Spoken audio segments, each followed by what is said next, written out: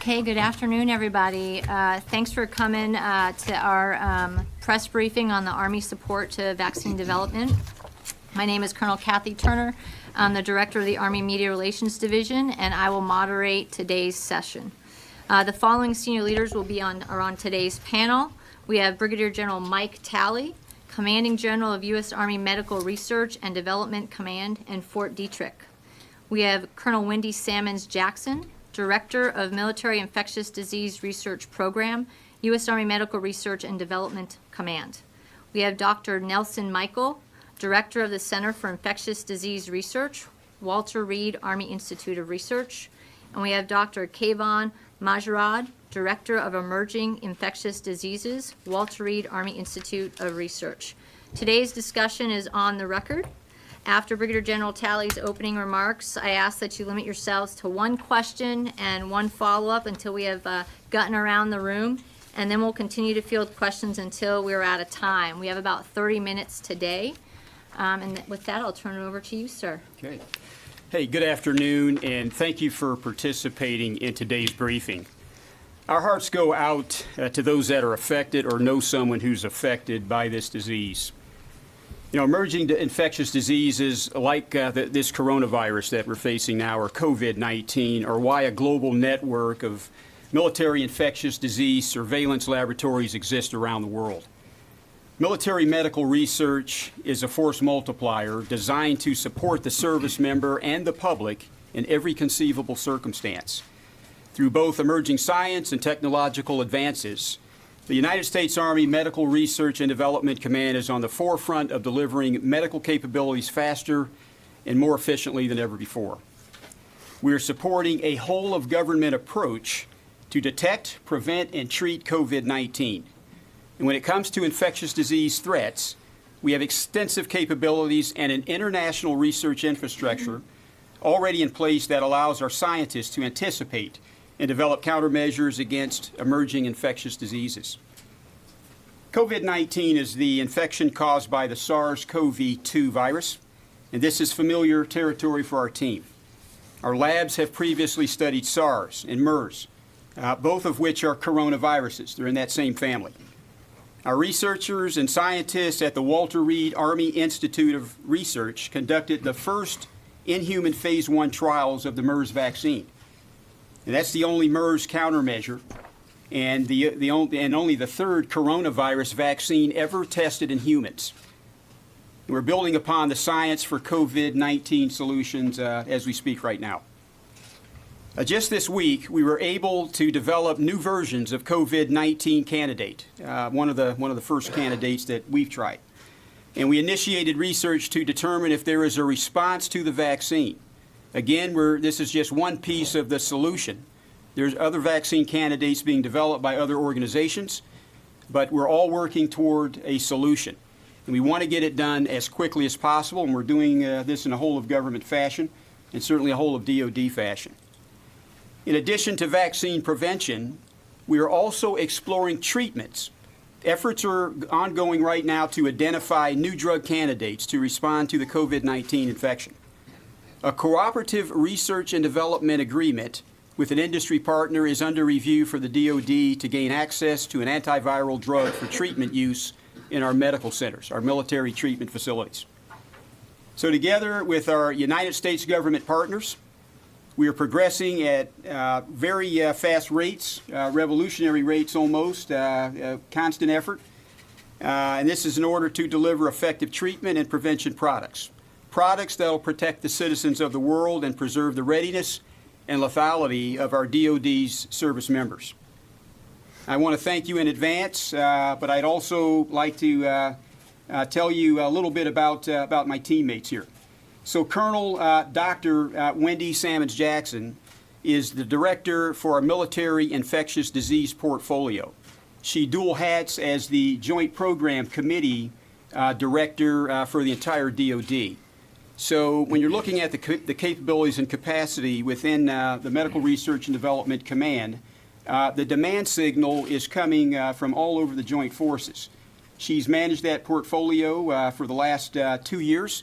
And when you talk about some of the most recent accomplishments with MERS, with Zika. She has been involved in all of those things.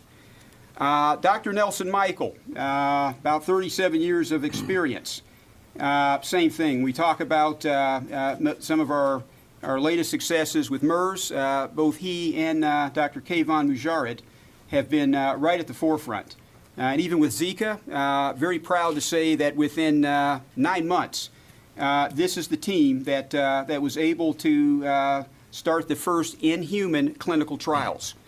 And just last December of 19, the MERS CoV, the Ebola Zaire version vaccine was given full FDA approval.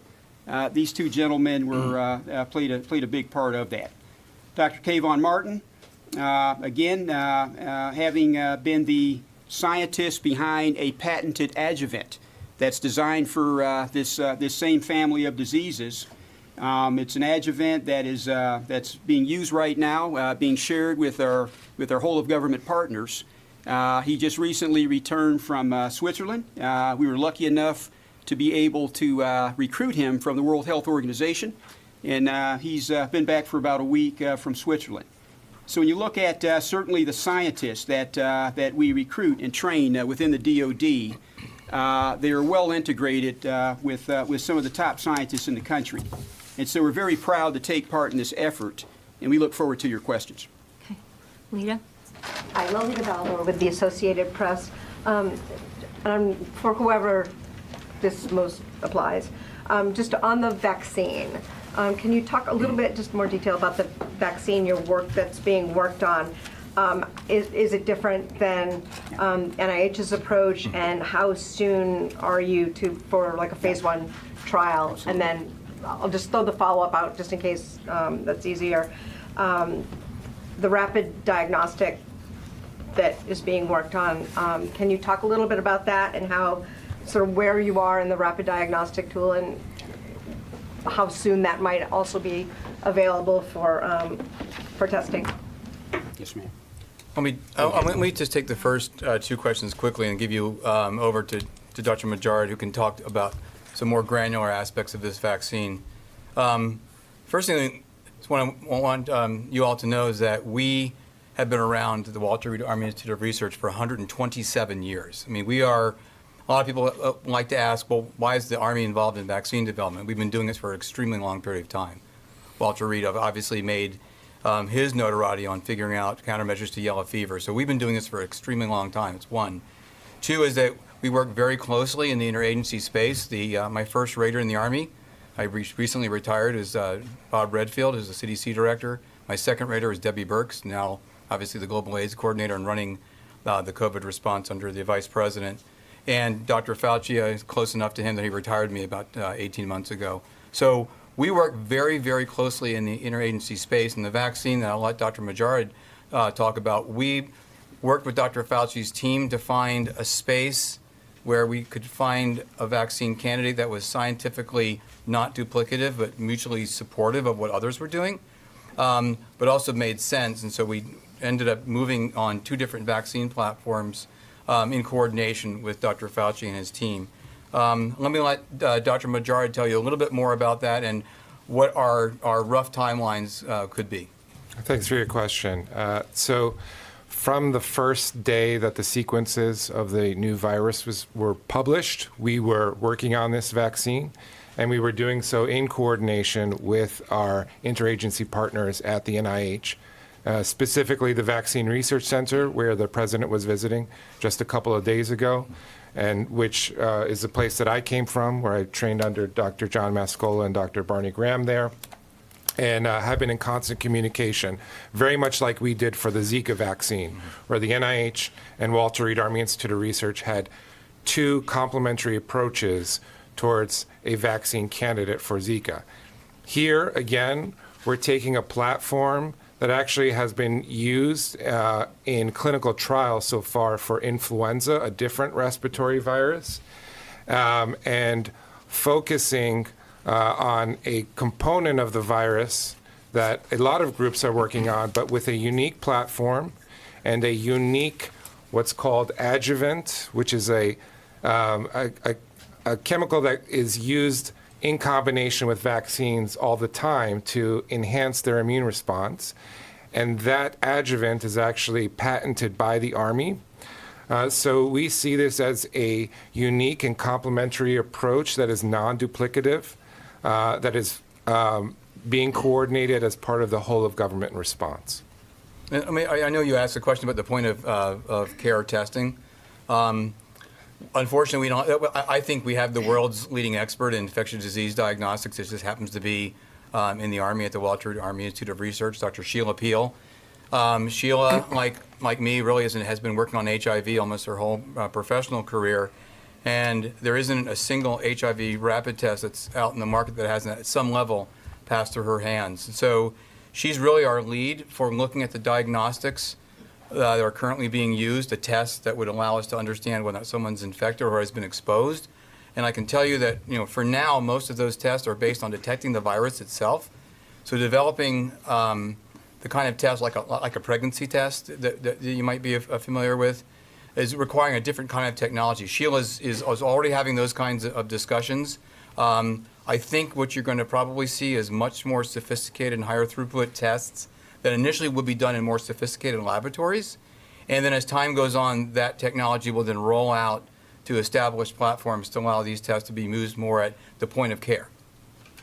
But, do you have a sense on when you'll have a test ready to roll out? Do you have a sense of any timing on that? And do you have a sense on whether this vaccine, when that would be, or have you started testing in animals, or have you the phase 1 trial? Do you have timing? Okay. So as far as the diagnostics are concerned, there are large and very competent commercial concerns that are looking literally in the next month or two to be able to convert the current assays that are really relatively slow to execute and can you only do a small number of samples at a time, to being able to do these on very robust machines that could execute up to 800 tests per 8 hours, which is a standard work shift. So those are the kinds of approaches that the industry has already done. I mean, we do HIV testing. We do almost 1 million HIV tests a year at our laboratory up in Silver Spring, and we use those kinds of instruments. So they can be adapted for those kinds of other technologies. Let me let Dr. Modjarrad talk about where we are in terms of stages of development preclinically, then into the clinic for a vaccine. So if we think about vaccine development at different stages, the first stage is the design and the discovery to decide what is going to be your candidate. We've completed that, and we have gone into small animals, mice. So we're looking at what the response is to that vaccine in mice. And then as far as a timeline to get into humans, I wouldn't want to speculate too much on that. I think the important thing to consider also is that going beyond a phase 1 study, there's the second phase, which is oftentimes looking at a larger population at the safety and the immune response, but also then transitioning to see if it's effective in populations. What I think the field is trying to do is position itself as a whole so that if there's a second wave during the next season in the winter, that those candidates have made it through phase 1 studies to be ready to look at the effectiveness during the next season. Okay, so let's go to Caitlin, and then we'll come over to Tara. Caitlin. It's a question/request. With describing like the vaccine, can you be a little bit more broken down in terms of language about what you're talking about? Because you're talking about candidates, which what does that mean? Okay. What does it mean for vaccine platforms? Just so that so that we can communicate best about what you're kind of really talking about. Yeah. Thank you. So think of this as the virus, my fist, it's a sphere, right? And it's got little spokes coming off of it. That makes it the corona. When you look at it on cross-section, it's got that crown look to it. So almost all the vaccine candidates out there are focused on that little spoke, what we call the spike protein. And there are different parts of the spike that mediate the attachment of the virus and the entry of the virus into our cells in our lungs. So if you block that attachment, if you give a vaccine that trains and educates your immune response, your immune system, to recognize that part of the virus that attaches to your cells and blocks it, that's going to be a good vaccine. So that's why everybody's focused on that. So we are looking, and then so what's a candidate then? Candidate means that you're looking at options. You got your different options. That's your different candidates. And you look in mice or other animals. Other people are looking at other animals as well as our scientists are doing within our command to see which of those options looks best in small animals and then larger animals before you go into humans. As far as a platform, so you have that little piece of the virus that is going to be the part that educates your immune response, but you need to deliver it in something to the body. You need to get it expressed in your body, and there are different ways to do that. You can have it on a nanoparticle, basically something, another sphere that kind of looks like the virus. You can have it in DNA, which is part of, you know, the same kind of DNA, but it goes into our body and our cells express that. The Moderna vaccine that you've probably heard about in collaboration with the NIH, that's mRNA. It's a different kind of thing like DNA. That's the platform part. It's the part that expresses that candidates that we're trying to find out how good it is in different animals. Hope that helps. Thank you for asking that question, Kate. We are going to go to Tara, and then we'll head back over to Phil. I'll say thank you to you. I was about to ask something kind of related, but tied to that, could you talk a little bit about what your scientists are actually doing in the labs? Are they working with test tubes? Did they actually get samples of coronavirus from someone who was infected? How did they do this? Happy to. So our scientists are doing a number of things right now. There has been receipt of the virus in one of our laboratories, and they're currently culturing, growing that virus so that we can have stocks available for a number of things to test products with. They're also doing characterization of the virus to try to understand, learn more what we know about the virus and how the virus impacts the host and our immune response to that virus. The scientists in our other subordinate laboratories are, yes, test tubes, pipettes. They're dealing with mice. They're running cell cultures, and I can let the scientists here that are doing the hands-on work talk a little bit more One description, and the laboratory that received the samples that Colonel Sammons-Jackson is talking about is the U.S. Army Medical Research Institute of Infectious Diseases at Fort Detrick. But if you think of the movie Outbreak and the suits that they wore, and the highly contagious environment, without all of the drama of the movie, certainly. But that capability certainly exists within military medicine. And that particular laboratory is the DoD's only biosafety level 4 laboratory. So that type of work, and we're not there yet with coronavirus, where we would actually bring it into containment facilities or laboratory suites to test it. At higher levels. We mentioned small animals. That would be an advancement to a larger specimen, perhaps. Not there yet, but that's what the laboratory work looks like. And I think we're actually conducting that to some degree now in BSL-3 conditions, biosafety level 2 conditions. But that's to get a picture of what that looks like at low-scale levels, in vitro, under microscopes, to all the way to where we would actually begin advanced types of testing there. That's where we're skating to, if you will.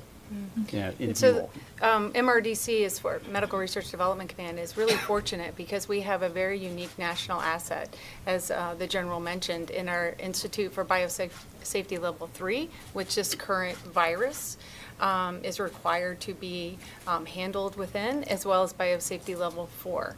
And so those scientists are a critical asset, and those scientists are actively working to investigate the virus as well.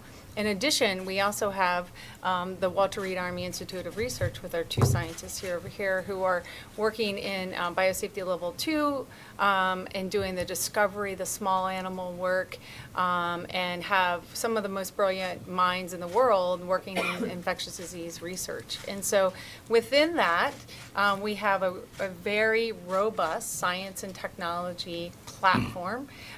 In addition, we also have the capabilities to take products from the science, from the prototype level, and move them into advanced development, which is required in order for us to move them into manufacturing and commercialization. Yeah. So within MRDC as a whole, we have sort of the entire pipeline for developing products. And just super quick follow-up, where did the sample come from, the coronavirus sample you're working on? The CDC. Okay, but is no geographic area that can be identified of where the infection was? Was it from China? You know, did it come from China or? It came from a U.S. patient. Yeah, I think it was Washington State, but we, wouldn't, Came it from definitely was US domestic. Yeah. Okay, so let's get some more questions in here. So let's go to Phil. So just to clarify really quick on the rapid diagnostic that Lita asked about, what first of all, you said, if I was clear, you said it'd be about a month or 2 months before you think such a diagnostic would exist? No, I was saying that industry right now is taking their very robust platforms they have been using for a long time to do high throughput screening for other infectious diseases and are adapting those for testing for the SARS coronavirus 2. The point of care tests, if they're going to be actually detecting the virus itself, that becomes, that's a lot trickier to actually take that that kind of technology and then make it really small. So I will tell you that we ourselves are not involved directly in those efforts. We're becoming aware of those that are, because historically we've made so many kinds of research projects along with industry to advance point of care tests, largely for infections like HIV, because we're heavily involved in the President's emergency plan for AIDS relief, which obviously the point of care there are places that are resource constrained in Africa largely, and so you really need those kinds of robust tests that require very, very little skill. I could probably teach my cat to use one. That's the sort of test you want to be able to use in the field. It's the same mindset we use in the military to be able to have those in rucksacks, right? So that technology, I don't want to leave you the impression that that's going to be available anytime soon. Clearly, what we're focused on is the more complex laboratories, so that we don't have state and local departments of public health that are simply overwhelmed with individuals that want to get tested. So you had that. So in those situations where the patients are coming to a central place, they're having the high throughput test makes sense. If now you're talking about distributing people that want to go detect in less dense populations, that's where the rapid or point of care test will be important. So then, are you preparing yourselves for the possibility that the military is going to have to test military patients? I mean, it's a very large community, and when you think about all the people around the world, it's Right. unlikely that the civilian capacity would necessarily be there for everyone as fast as they need it. Absolutely. What does that look like? I mean, like right now, my understanding is there's only a small number of kits that have been distributed to a very specialized, about a dozen or so labs.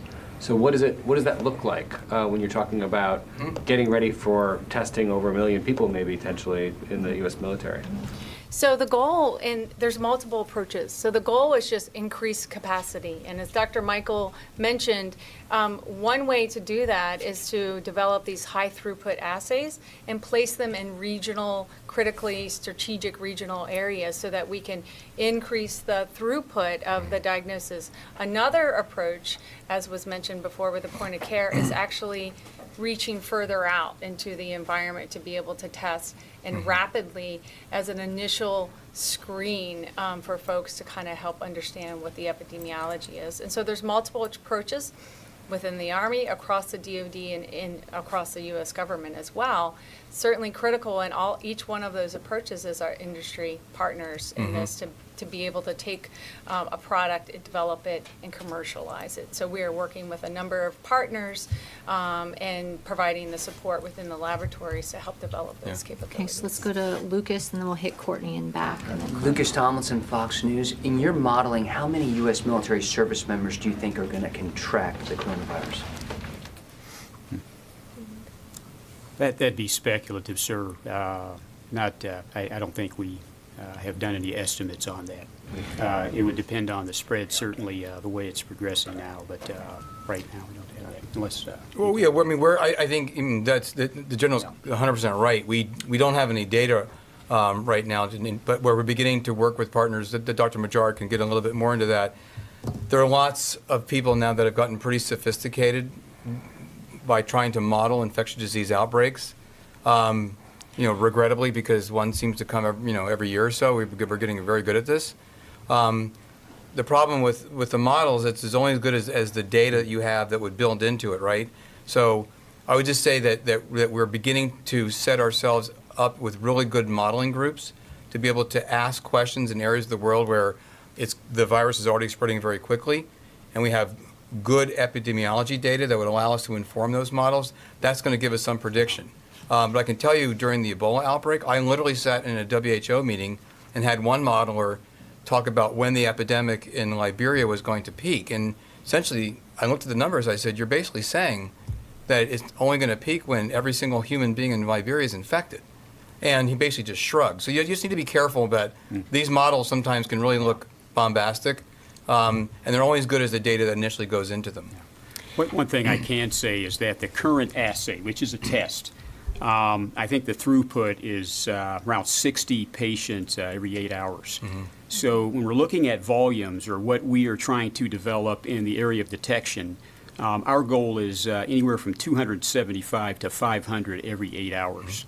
So if we can increase the throughput for this, when you're talking about a large number that would be affected, take the military, for example, we're certainly developing things in case that were to happen. That goes through any population. Okay, so I want to go. I think the doctor was going to say something. Yeah. Did you add that?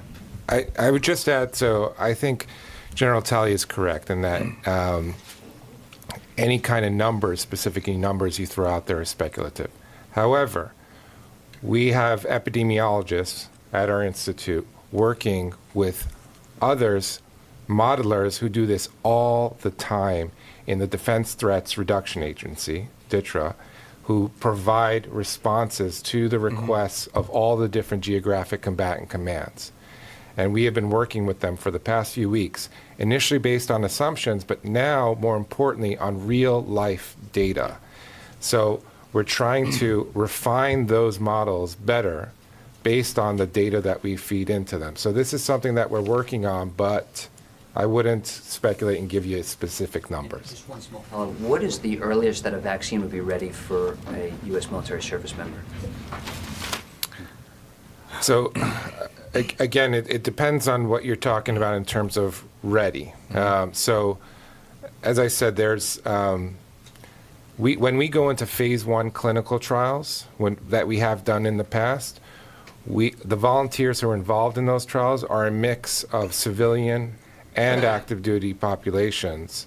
And then as you go further on, there is, in discussions with our partners and our military treatment facilities, the potential to have them involved in clinical trials. As far as licensure, whether you're talking about emergency use authorization or full licensure, if you talk about vaccines in general, I think Dr. Fauci's remarks that he's stated over and over again are really the benchmark that we should use as the most accurate, as being the earliest, probably 12 to 18 months to get something out to the populations. And that would be whether it be civilian or military populations. And just recognize that part of that hesitation, I mean, the science can go very quickly, but you at first don't want to do harm, right? And, there are, vaccines can cause harm, and they provide benefits. So that mixture is something you always have to look at. And so part of the hesitation to say, we can get a vaccine quickly is you need to make sure that it's really safe. If you test a vaccine in 1,000 people, but 1 in 10,000 people is going to have something terrible that happens, until you get to those numbers, you may end up doing mass vaccination campaigns with a vaccine that could cause a significant amount of problems. So this needs to be a constant reassessment of the risk and the benefit. The other thing I would tell you, and this is sort of a really good benchmark, we were the first people that tested the vaccine that eventually got licensed by Merck for Ebola. Okay, that vaccine was first tested by the Walter Reed Army Institute of Research. 5 years later, it was approved by the US FDA. In the meantime, 500,000 souls were vaccinated with it, largely in Africa, especially during the outbreak in the Democratic Republic of Congo. So, again, that was a risk-benefit assessment. The leadership in the DRC said, okay, we know it's not approved yet by European Medicines or by the US FDA, but we have a terrible outbreak of Ebola, which is highly fatal, and so decisions were made to use that under emergency use authorizations. Yeah. And so, there's always that kind of debate, but I think that's a good benchmark for vaccines. Let me also say that we haven't really talked much about this. We are beginning to make other countermeasures. One of those are monoclonal antibodies. So antibodies are part of our immune response. It's part of the way the body tries to push infections back. But we can actually make these in test tubes, and these are becoming a much more common tool that are being used, especially in the fields of oncology, but increasingly in infectious disease. So instead of actually waiting for a vaccine to be made, giving you that vaccine and waiting the time it takes for it to develop the immune response, you can give, with these kinds of reagents, you can give almost immediate protection. So we're literally in the process now of beginning to take those first baby steps, as well as looking at we talked about one drug. The general talked about that one drug that's currently being repurposed and has been looked at for Ebola and now is being looked at for COVID-2. But there are other small molecules that could be discovered, and one capability that we have at our institute is every malaria drug that's ever been discovered has at some level gone through the Walter Reed Army Institute of Research.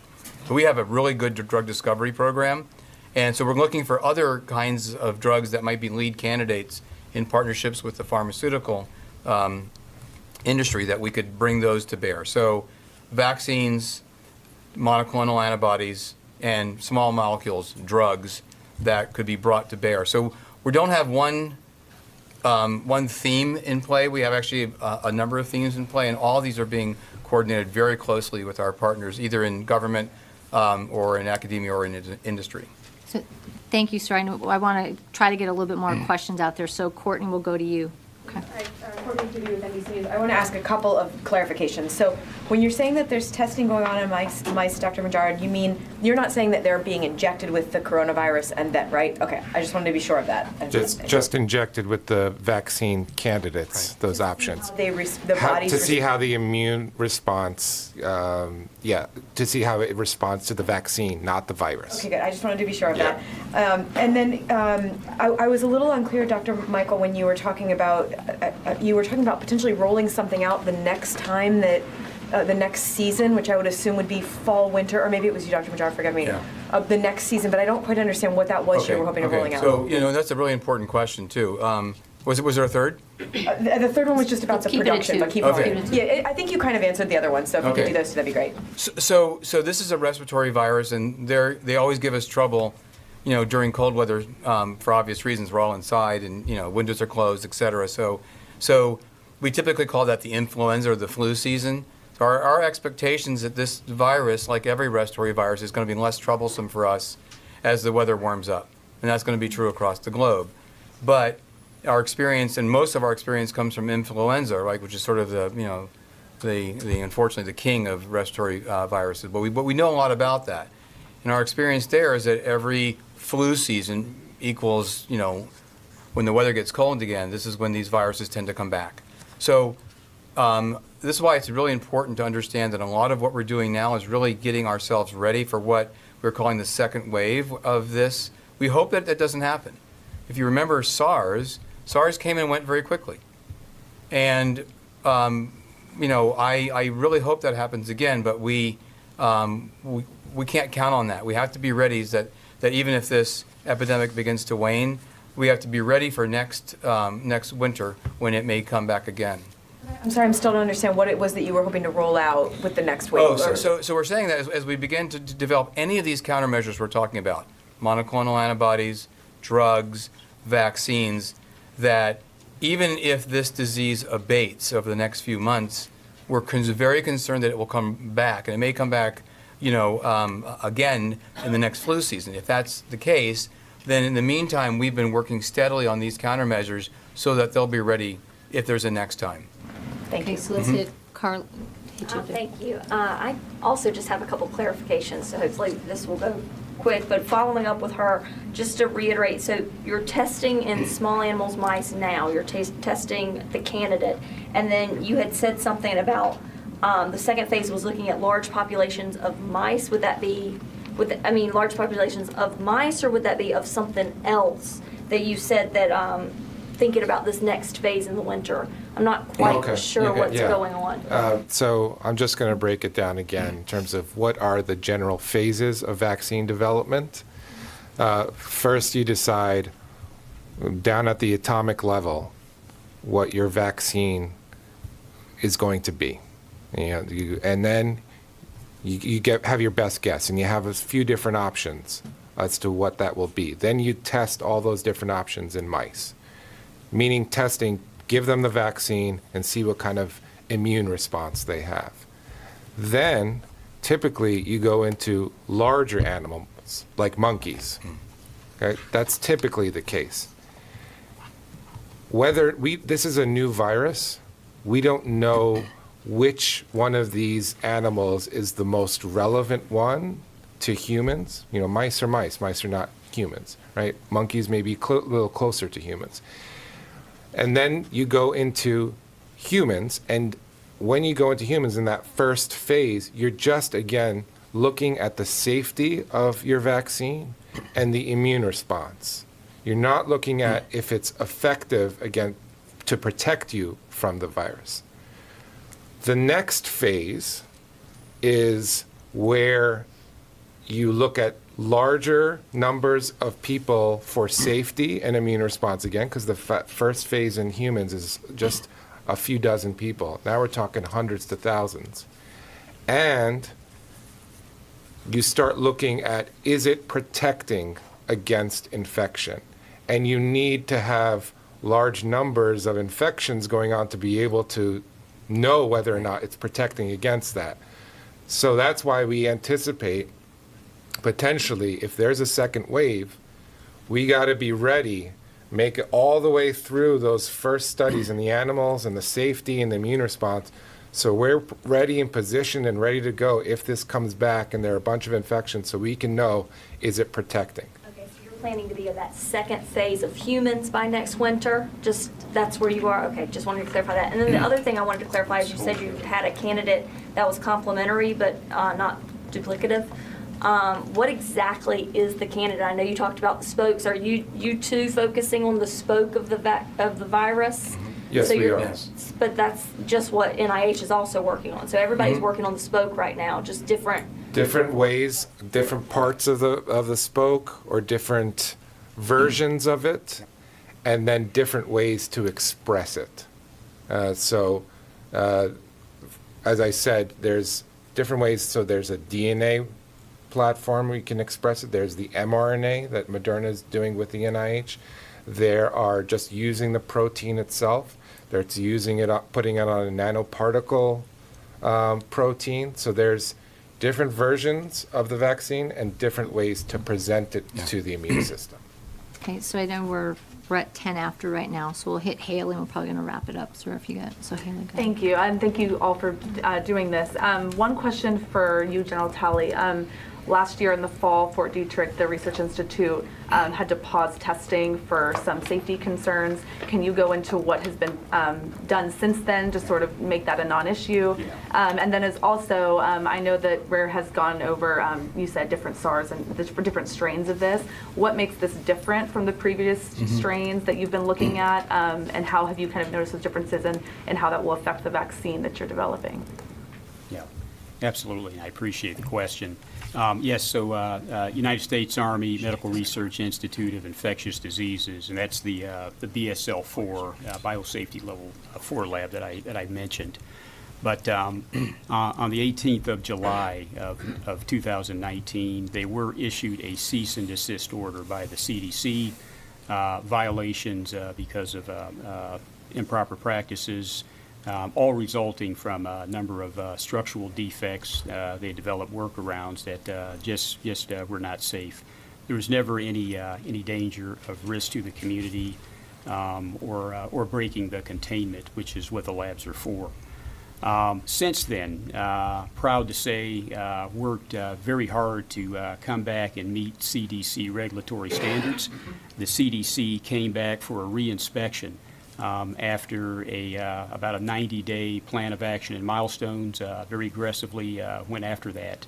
And the CDC restored the laboratory to a limited operational capability, limited in that the same volume that the laboratory had become accustomed to throughputting, much smaller levels, and then certain types of testing.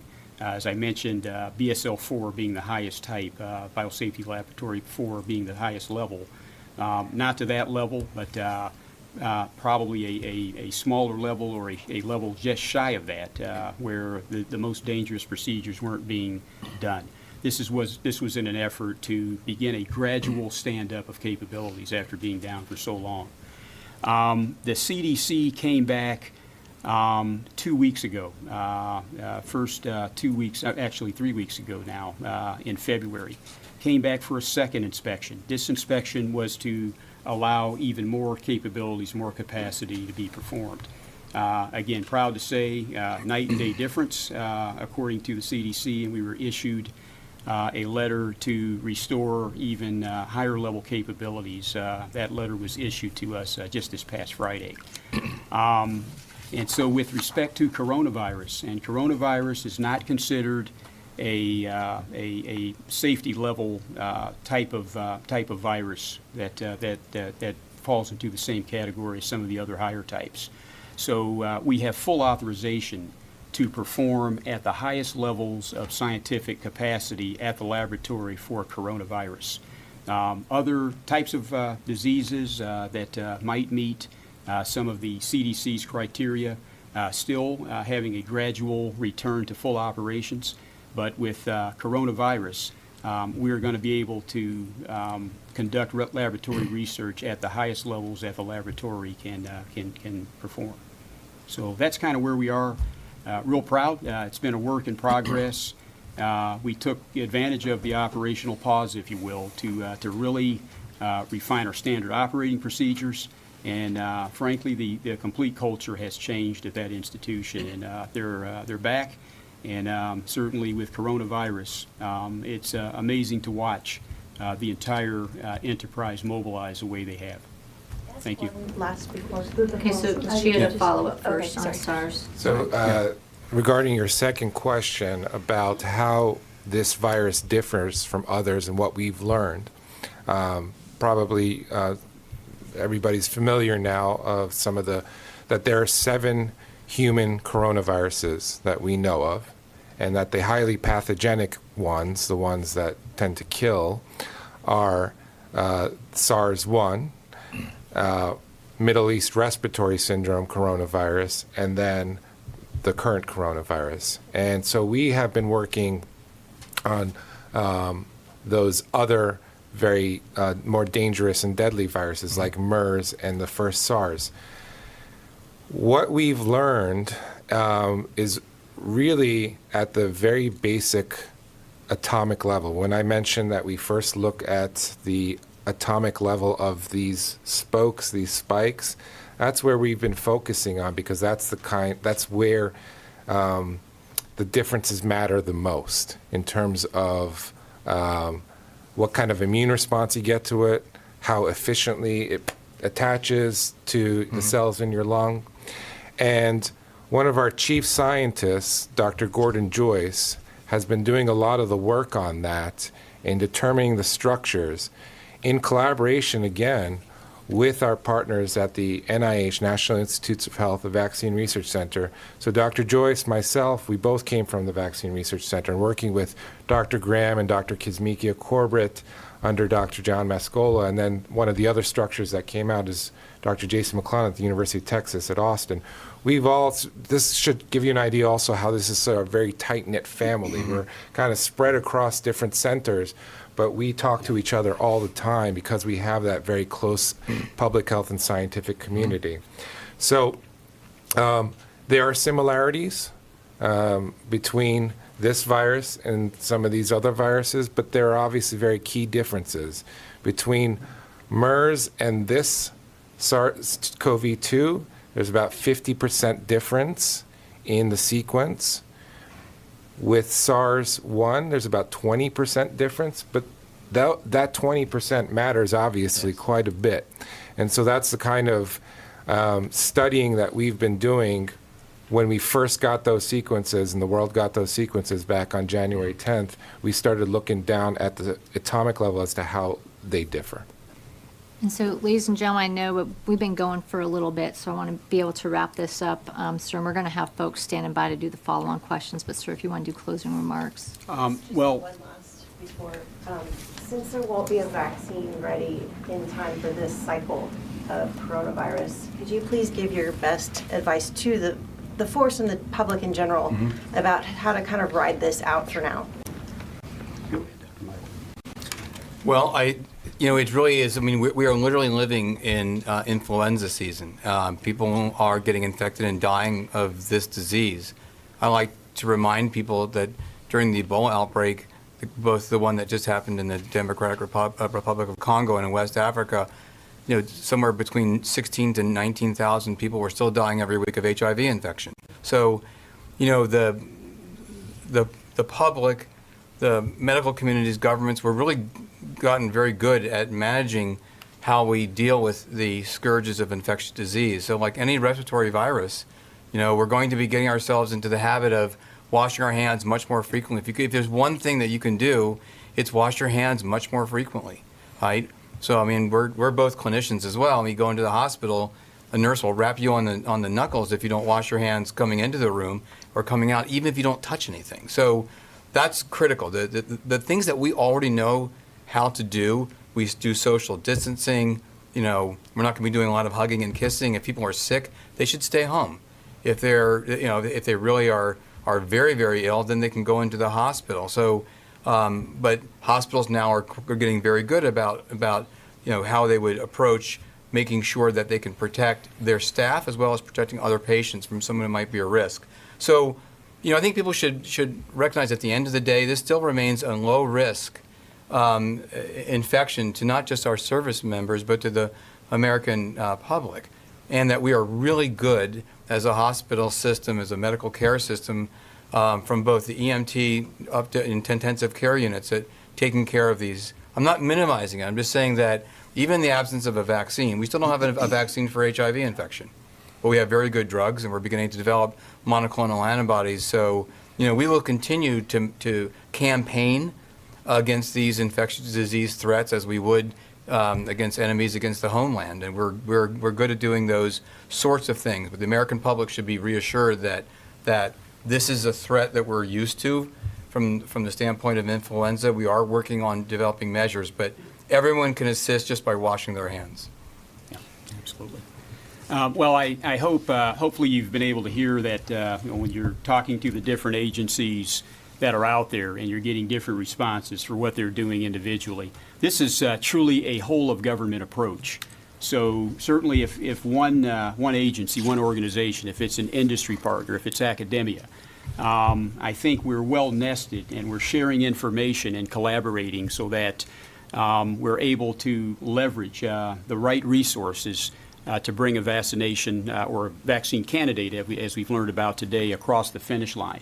So we're going to continue to collaborate in the fashion that we have, and we're going to work as hard as we can to find the right treatments, the right preventative measures, and certainly the right detection capabilities that are out there. Those are our three focus areas within the DoD. We really appreciate your time today, and again, thank you very much. It's been a pleasure. Okay, so everybody, thanks for coming today. So we have some folks that are going to stand by in this room to do follow-up questions for you. Lori Salvatore from the lab is here with her team, and then we also got my team here from ACPA that can help facilitate follow-on questions that we didn't get to that you want for your reports. And then I just want to thank General Talley and his team for their time today. So thanks, everybody. Okay. Thank you very much. Appreciate it.